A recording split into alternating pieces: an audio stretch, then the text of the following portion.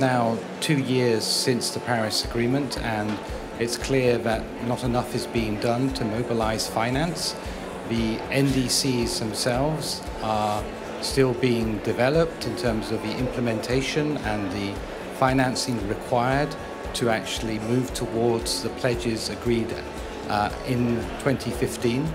So I think there's much more that can be done to collaborate between the members and the non-party stakeholders to try and ensure that that capital can actually be identified and that it can be mobilized in time to ensure that we make rapid progress towards the 2 degree or less target.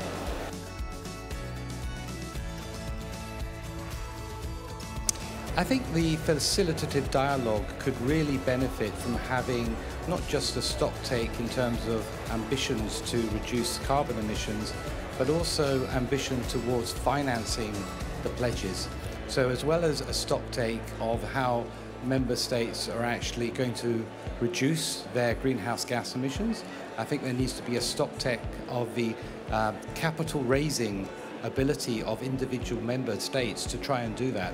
There needs to be a clearer understanding not only on how much it will cost to actually implement the NDCs, but where the money is going to come from.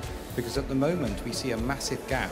Those countries which have actually so far disclosed the implementation costs of their NDCs, according to our research published last week, will cost somewhere in the region of $5.3 trillion.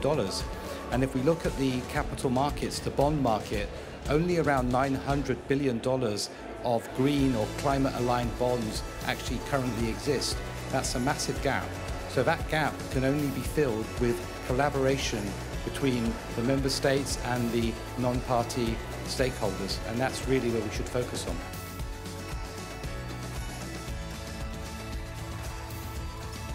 We also need to ensure that the mechanisms are in place to facilitate the capital allocation. That ambition itself needs to be heightened, but at the same time there needs to be identification and transparency in terms of financial instruments such as green bonds, such as credit enhancement structures, which allow the blending of capital between multilateral institutions and multilateral banks, and also private sector investors such as pension funds and insurance companies.